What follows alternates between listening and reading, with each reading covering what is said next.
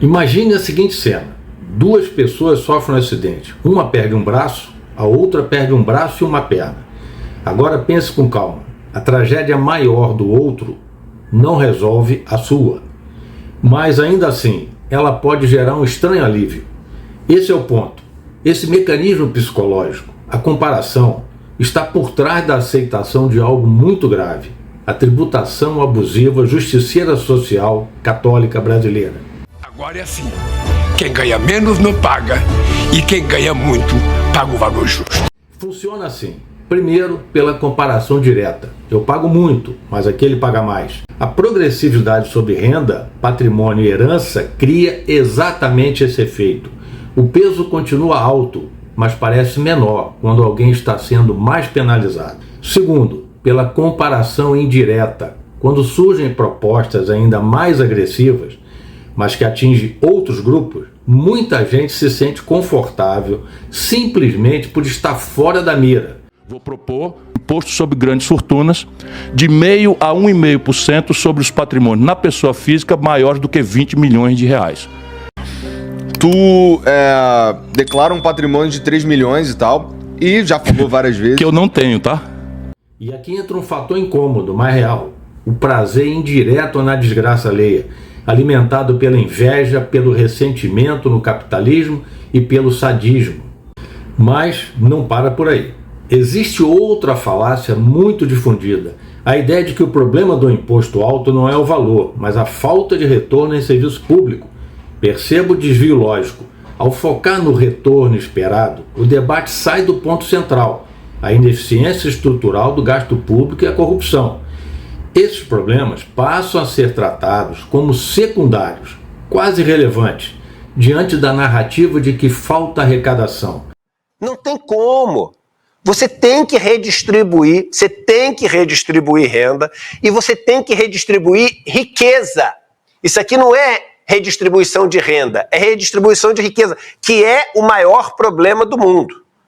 Uma narrativa que se encaixa perfeitamente na desconfiança contra a riqueza e na ideia de culpa dos mais ricos pela existência da pobreza. E então surge mais uma distorção: a comparação com países europeus, especialmente os escandinavos. Eles alegam: lá os impostos são altos e o IDH também, mas o que se omite? Todo o contexto institucional, histórico e cultural que sustenta esses países: gestão eficiente, alto nível de confiança social, baixíssimo grau de corrupção. E mais, omite-se convenientemente que países como Noruega e Suécia não têm imposto sobre herança.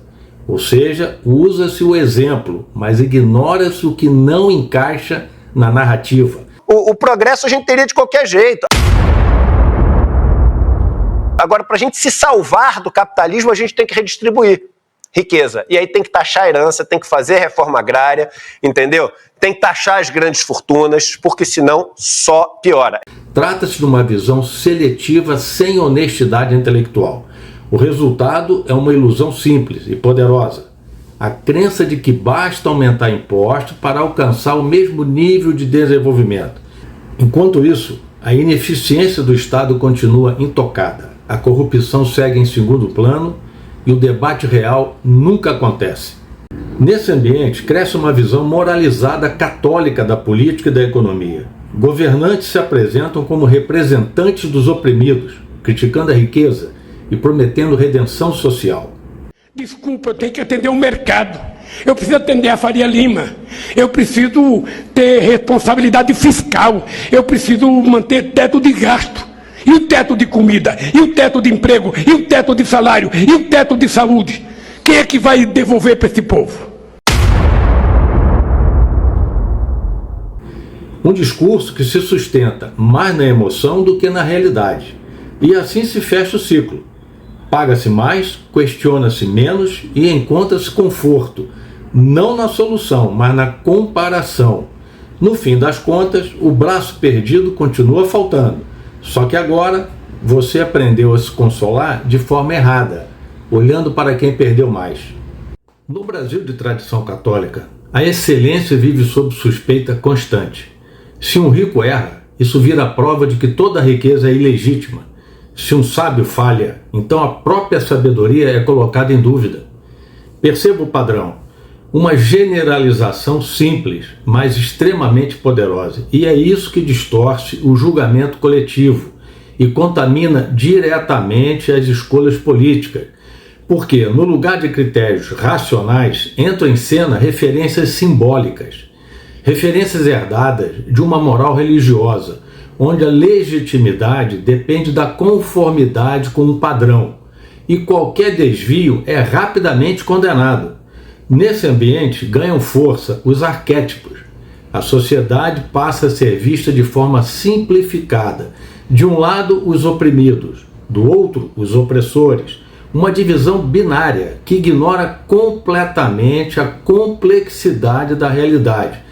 E o resultado é claro, um processo político guiado muito mais por julgamentos simbólicos, emocionais, quase medievais, do que por uma análise concreta de eficiência, de resultados e de desenvolvimento real.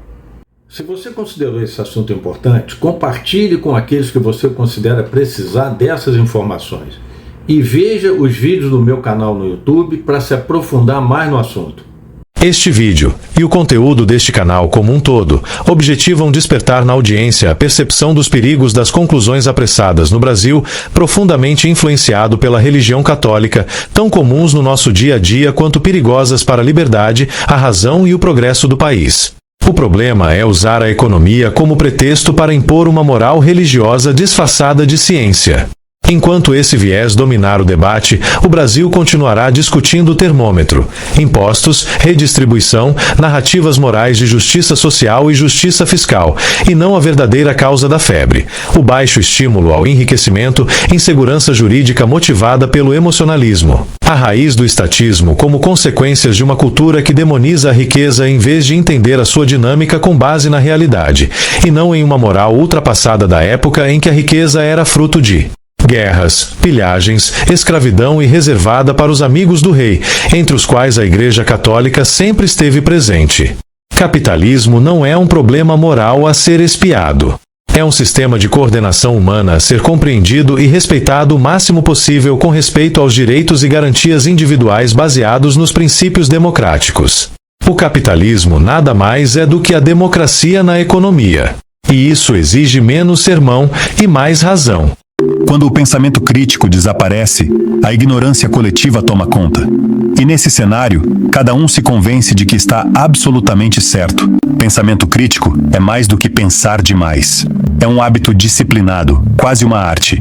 Questionar aquilo que parece óbvio, investigar antes de aceitar, exigir provas antes de se deixar levar por qualquer crença. É a capacidade de duvidar até mesmo das próprias conclusões. O brasileiro, em geral, não está preparado para verdades duras. A influência secular da cultura moral religiosa centrada na culpa agravou essa disposição. Durante séculos, formou-se uma mentalidade que trata o indivíduo como incapaz, fraco demais para a liberdade, imaturo demais para a responsabilidade, dependente demais da tutela de autoridades morais e políticas, e ele adorou. Vai, salto Bolsa Família, 25 anos nós temos Bolsa Família, cara. Poucos buscam a verdade porque poucos realmente conseguem suportá-la. A maioria prefere narrativas consoladoras, explicações fáceis e mentiras confortantes. E é justamente por isso que pensar com autonomia se torna, no Brasil católico, um ato raro e quase sempre incômodo. Se você chegou até aqui, isso indica disposição para confrontar ideias que desafiam o que, no Brasil, costuma ser tratado como consenso. Em vez de recuar, você permaneceu. Em vez de se fechar, ouviu. Em vez de buscar conforto, aceitou o desconforto da análise crítica. Essa é a linha divisória entre quem apenas repete slogans e quem assume a responsabilidade de refletir e formar convicções próprias. Poucos buscam a verdade. Ela exige maturidade para suportar seu peso. Narrativas reconfortantes e explicações simplificadas são psicologicamente mais atraentes. Nesse ambiente, pensar com independência torna-se um ato raro e incômodo.